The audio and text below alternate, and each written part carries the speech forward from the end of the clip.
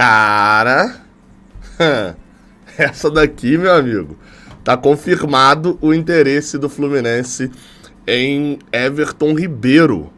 A gente falou um pouquinho sobre isso no vídeo que saiu ontem, ali quase de madrugada.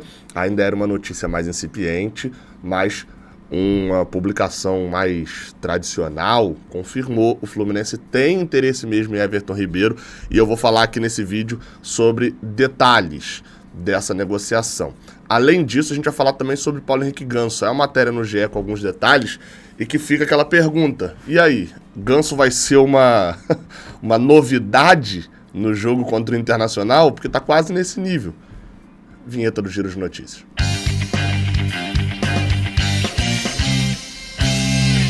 Seja bem-vindo, você guerreiro, você guerreira de todo o Brasil, de todo mundo. Aqui é o canal Raiz Tricolor, sou Gabriel Amaral, eu sou jornalista por formação e sou tricolor de coração. Deixe seu like aqui embaixo se você curtir esse vídeo, tá? Ajuda bastante a gente por aqui. Se inscreve aqui no Raiz Tricolor também e não deixa de ir lá na Fanatics, cara. Os caras estão com várias promoções, e é o que eu sempre digo, eles podem ter várias promoções ali, ó. Tá rolando toda semana um cupom novo desbloqueado, tendo cupom ali, ó. Cadê? De aniversário deles e tal. Então assim, você pode utilizar o Raiz Tricolor, cupom tudo junto, que vai te dar 10% de desconto, ou pode utilizar o Nível Fut 10, Nível 12 Fut, que é os cupons de aniversário deles que vão te dando percentuais de desconto, e tá pintando um nível 15 Fut, né? Dia 25 de setembro. Enfim, Fut Fanatics, camisas oficiais de vários clubes do Brasil e do mundo. Se você clicar aqui, ó, sei lá, Náutico, vai ter a camisa do Náutico, as DN6, o Náutico tá sendo lançado, né? Lançou uma da Adidas. Você clicar aqui, Gabriel, eu quero comprar a camisa do Cruzeiro. Que é camisa pra cacete do Cruzeiro. E claro, produtos do Fluminense também. Eu vou deixar um link aqui embaixo, se você quiser ir lá comprar. Ó, tem a camisa azul, que muita gente estava querendo, ó. Essa camisa azul do Fábio. Enfim, aparece lá na Fut Fanatics, o link tá aqui embaixo na descrição. E usa o cupom Raiz Tricolor. Se você pagar no Pix, você com o cupom e com o Pix, você tem quase mais de 19% de desconto. Enfim, aproveita. Cara, vamos lá. A gente começa falando sobre Ganso. Saiu uma matéria no GE. Globo, deixa eu até botar ela aí na tela, que ela tem um título. Por que eu chamei ele na abertura e falei também sobre, na thumb aí também tá escrito como novidade, né, pro jogo contra o Inter. Porque o Ganso vai completar 27 dias sem jogar e o Fluminense tá confiando em tê-lo na Libertadores. A matéria é do Marcelo Neves. É quase um mês, né, sem jogar. O Ganso é quase uma novidade mesmo pro Fluminense. Vai ficar entre as quartas e a semi da Libertadores sem atuar nenhum jogo.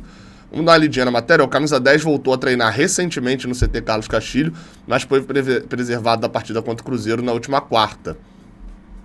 Se de um lado a preocupação com o John Arias diminuiu, já que o colombiano sofreu uma torção leve no tornozelo direito, a maior fica por conta de Paulo Henrique Ganso, que vem de um longo período de inatividade. Ganso não atua desde o dia 31 de agosto, na vitória de 3-1 sobre o Olímpia em Assunção. Na partida em questão, o meia sofreu uma pancada no joelho direito e foi substituído. Desde então está fora de combate e ficou ausente de diversos treinamentos após a data FIFA. Até o duelo com o Internacional, serão 27 dias sem entrar em campo. É complicado. O Ganso já voltou depois de alguns períodos de inatividade e fez grandes partidas, né? No entanto, existe confiança por parte da comissão técnica do Fluminense de tê-lo diante do Inter.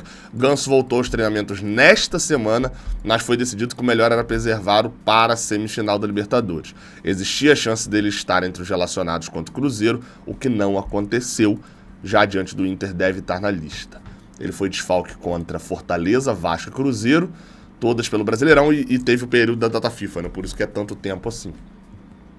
Nas ocasiões, foi substituído por Alexandre em todas as oportunidades. Porém, diante do Cruzeiro, Fernando Diniz ganhou duas novas opções, como Marcelo e Léo Fernandes. Marcelo, aí enfim, aqui já começa a falar um pouquinho mais sobre Marcelo, né? Jogando pelo meio. É um tema que a gente abordou ontem, por sinal um bom vídeo que a gente fez ontem, cara. Não pegou tanta visualização não, mas é um vídeo legal onde eu falo de 7 possibilidades diferentes a Fernando Diniz escalar contra o Internacional. Assiste lá e comenta. Assisti esse vídeo depois que você veio e falou no vídeo seguinte. Vai lá dar essa moral lá também. Só avisando também que eu também estou no TikTok, tá? Exatamente, ó. Dancinhas e tal, meu amigo.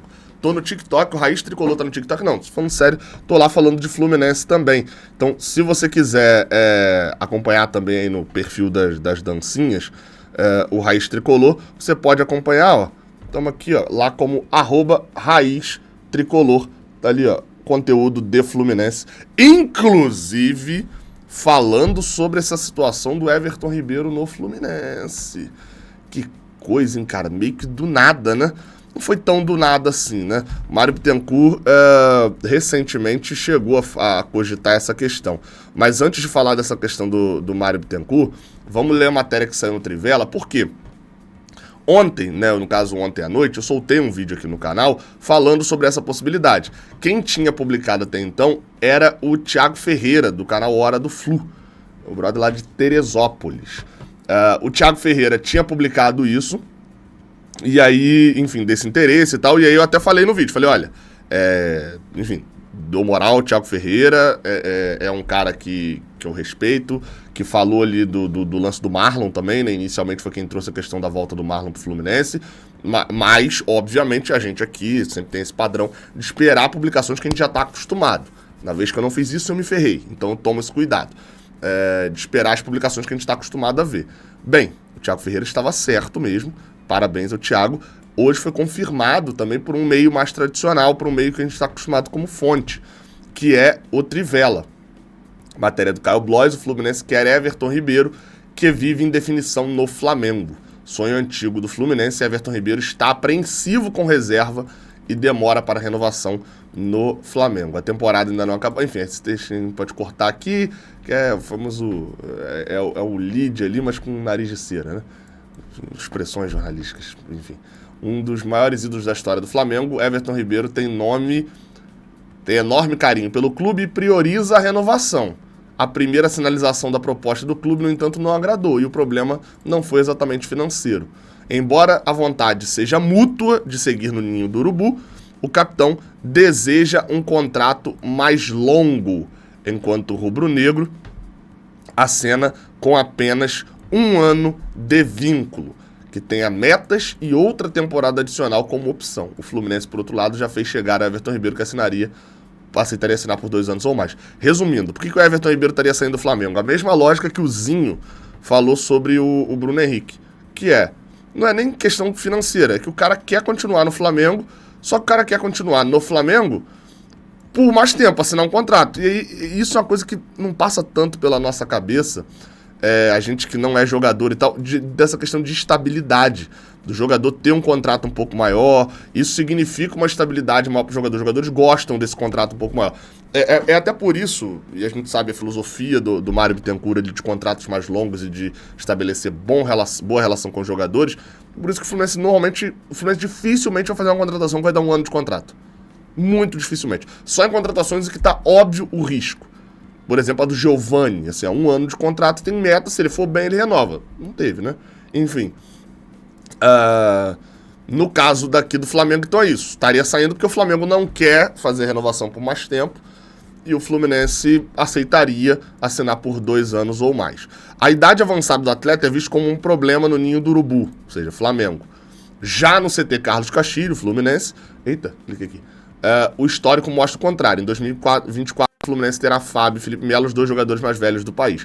Eu vi essa matéria que foi publicada, achei interessante, né? Curiosa. Só que tem um detalhe, né?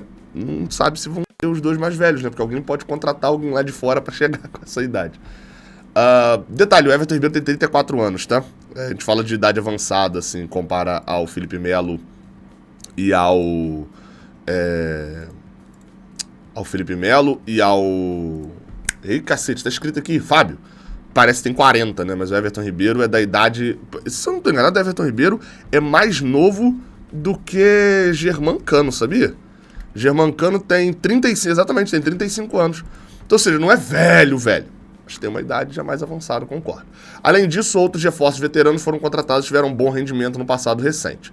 Tanto o presidente Mário Bittencourt quanto o diretor executivo Paulo Angione e o técnico Fernando Diniz costumam combater o etarismo no Brasil. A cúpula do futebol tricolor sempre viu Everton Ribeiro como um dos maiores craques do país.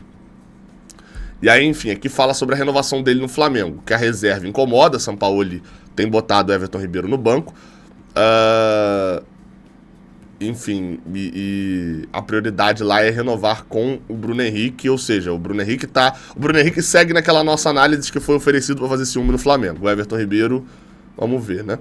O vice de futebol Marcos Braz garantiu que renovaria com o jogador. A demora em fechar um acordo, entretanto, deixou o capitão rubro-negro apreensivo, o Everton Ribeiro, né? Com um vínculo que se encerra no final do ano, ele já pode assinar pré-contrato com qualquer clube. Já no Fluminense, aqui, ó, Mário Bittencourt é fã. Teve esse vídeo aqui na ESPN recentemente, né? Ó, deixa eu botar aí na... Jogador que queria ver fazendo o gol do título da Libertadores. Deixa eu dar uma adiantada aqui, ó, quando ele fala... Tiquinho Soares. Jogadores de outros clubes que ele queria. Gabriel Peck. Botafogo. Tiquinho Soares. Flamengo. Everton Ribeiro. Falou rápido, Everton, não sei se foi cortado, né? E o Gabriel Peck era meio óbvio por conta de ser tricolor, né? Também ali. Então ele chegou a citar isso. Jogadores de outros clubes que ele queria, Everton Flamengo. Ribeiro. Everton Ribeiro. Tudo bem que nessa mesma entrevista ele falou que estava torcendo pro Vasco se recuperar dessa situação, o que eu duvido muito, mas tá acontecendo, né?